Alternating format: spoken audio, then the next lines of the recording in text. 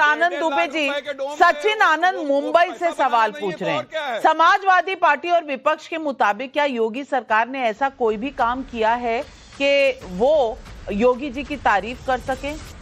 कभी भी नहीं तारीफ की।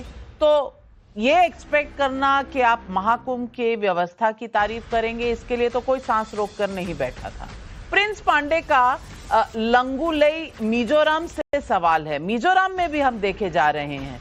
आपका स्वागत है टाइम्स नाउ नव भारत पर हमारे दर्शक का।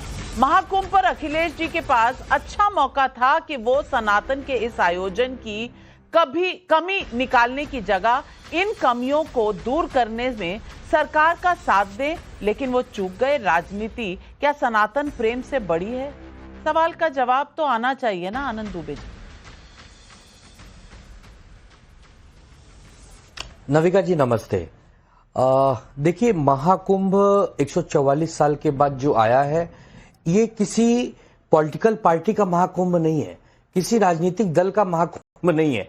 हो सकता है समाजवादी पार्टी की सरकार होती तो भी महाकुंभ पड़ना था, हो सकता है कांग्रेस की सरकार होती तो भी महाकुंभ पड़ना था।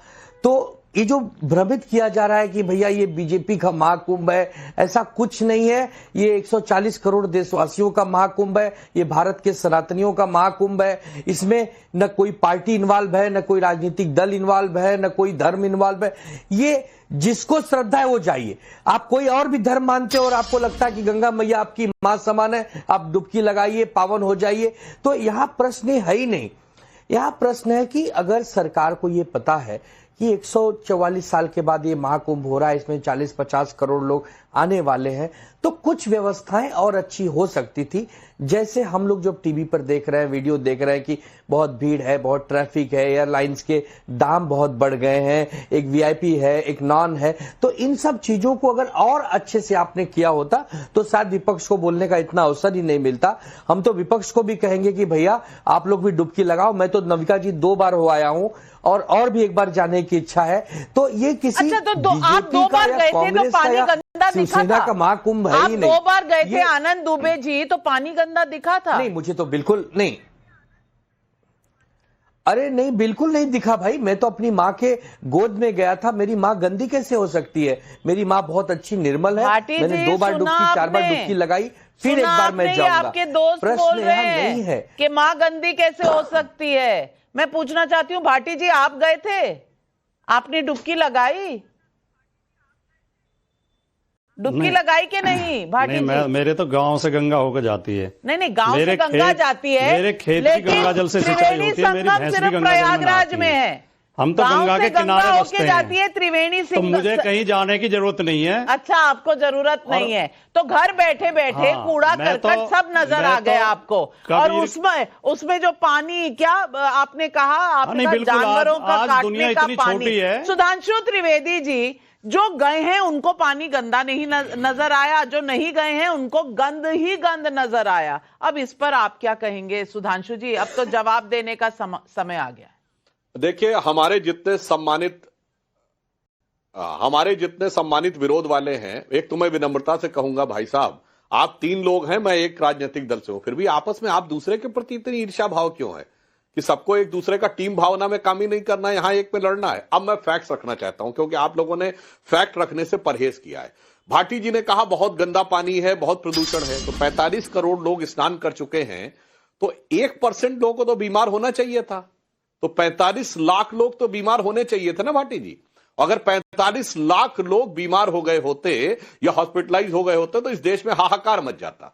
यह इस बात का प्रमाण है कि गंदगी वहां के पानी में नहीं है। मां गंगा का पानी निर्मल अविरल है, गंदगी आप लोगों के दिमाग में भरी हुई है। और जो आपने कहा कि गंगा जी आपके गांव से जाती हैं, बिल्कुल, कई बार क्या होता, गंगा जी गांव के पास से आती, फिर भी व्यक्ति महत्व को समझ नहीं पाता है। कहा गया है सकल पदार्थ है जगमाही, कर्महीन नर पावत नहीं, उन्हें नहीं मिलता है। और जो हमारे त्रिपाठी जी बोले, उन्होंने कहा कि साहब अतिका भला न बोलना, अतकी भली न चूप। तो आपका भी मैं फैक्ट पे बता देना चाहता हूं महोदय, अति का भला न बोलना, ये काश राहुल गांधी को समझा दिया होता तो आपकी पार्टी की दुर्गति न होती। अति की भली न चूप यदि मनमोहन सिंह को समझा दिया होता तो आपकी दुर्गति न होती। और त्रिपाठी जी, आप भी अति के बोलने में क्या बोल रहे हैं कि 2-2 दिन से लोग, आपने कहा 2-2 दिन से लोग को भोजन और पानी भी नहीं मिला है। देखिए, 2 दिन व्यक्ति को भोजन न मिले तो समझ में आ सकता, मैं लाखों करोड़ों दर्शकों से कह रहा हूं, यदि 2 दिन किसी को पानी नहीं मिले तो वो फेंट हो जाएगा। ये मेडिकली प्रूवन है कि अगर 48 घंटे तक व्यक्ति को पानी ना मिले तो चक्कर खा के गिर जाएगा। मतलब कुछ भी बोलना शुरू कर देना है केवल इस मुद्दे के ऊपर। और मैं एक और बात बताना चाहता हूँ सर, अपने टर्न पे बोलिए, काहे व्यथित हो रहे हैं भाई, अपने टर्न पे बोलिए मेरे भाई। मैं बताना चाहता हूँ, मुझे अच्छी तरह याद है, और कुंभ से संकल्प क्या सनातन का उगता मैं बताता हूं। राजीव गांधी जी प्रधानमंत्री थे और एनडी तिवारी यूपी के सीएम थे। मुझे बचपन का कुंभ याद है, 1989, और यही प्रयाग के धर्म संसद में संतों ने संकल्प लिया था श्री राम जन्मभूमि का शिलान्यास होगा, और 9 नवंबर 1989 को शिलान्यास हुआ देवोत्थानी एकादशी के दिन, और उसके बाद मंदिर निर्माण का कार्य आगे बढ़ा। 30 अक्टूबर 90 को फिर देवोत्थानी एकादशी थी, कार सेवा हुई, कई लोग मारे गए आपके साथियों की कारनामों की वजह से। मगर फिर मैं बता रहा हूं, 2013 के कुंभ में भी मैं गया था, धर्म संसद में राष्ट्रीय अध्यक्ष उनके साथ गया था। धर्म संसद में संतों ने संकल्प लिया कि मंदिर बनेगा, और अगले कुंभ से पहले मंदिर बन गया। महोदय, मानो तो मैं गंगा मां हूं, ना मानो तो बहता पानी। ये बहुत पुराना गीत है, ना मानो तो बहता पानी, मगर हम गंगा मां को देख रहे हैं, हम कुंभ के अंदर शाश्वत चैतन्य ऊर्जा को देख रहे हैं, और आप भीड़ को देख रहे हैं। बस यही अंतर है देखने में। बिल्कुल, और पब्लिक यही पूछ रही है। जेटीआर नायर का कोच्चि से सवाल है, आप देखिए श्रद्धा कुंभ की तरफ, महाकुंभ की तरफ, गंगा मैया की तरफ, त्रिवेणी संगम की तरफ।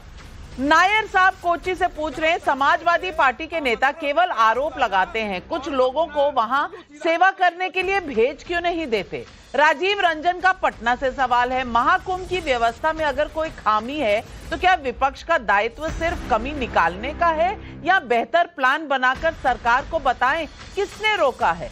उज्जवल कुमार का सोनभद्र से सवाल है, सरकार ने 100 करोड़ लोगों के आने की तैयारी का दावा किया, अब तक 45 करोड़ ने स्नान किया है, या तो तब झूठ बोल रहे थे या अब, क्योंकि तैयारी से कम लोग आए तो अव्यवस्था कैसे हुई। नरेश चौहान नीमराना राजस्थान से पूछ रहे हैं, घर में छोटे से कार्यक्रम में कमियां रह जाती हैं, महाकुंभ भव्य दिव्य और अद्भुत रहा है, इतने विशाल और विराट आयोजन में कुछ चूक हो जाए तो क्या पूरे तंत्र पर उंगली उठाना सही है। भाटी जी जवाब दे दीजिए।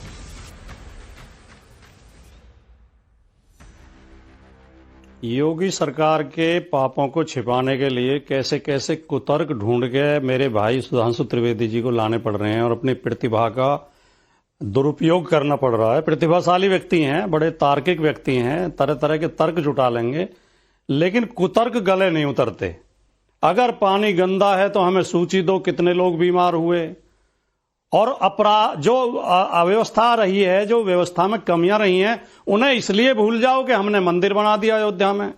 इनकी सारी असफलताओं को भूल जाओ। ये नौकरी नहीं दे रहे, ये प्राइवेटाइजेशन कर रहे हैं, ये ठेकेदारी प्रथा चला रहे हैं, अस्पतालों में दवाई नहीं है, स्कूलों में पढ़ाई नहीं है, पुलिस रिश्वत ले रही है। सब बात को भूल जाओ क्योंकि इन्होंने मंदिर बना दिया।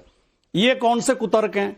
भाई हर्षवर्धन त्रिपाठी जी ने कहा कि जो इंफ्रास्ट्रक्चर की बात होनी चाहिए, अगर हर्षवर्धन त्रिपाठी जी आप सही में थोड़ा सा आपको बता दूं कि पानी गंदा नहीं है, ये तो आपके इंडिया अलायंस के आपके साथी ने कहा कि वो 2 बार डुबकी लगाए हैं, तीसरी बार जा रहे हैं। अब आप उनकी भी ना माने तो इंडिया गठबंधन का आगे क्या होगा मैं नहीं कह सकती, जनता जरूर समझ गई है। लेकिन हाँ जी, आपके शो में बैठे जो लोग गंगा स्नान करने गए हैं, उन सबने वीआईपी घाटों पर स्नान किया है। आम आदमी की तरफ जाके देखिए, अपने रिपोर्टर भेजिए,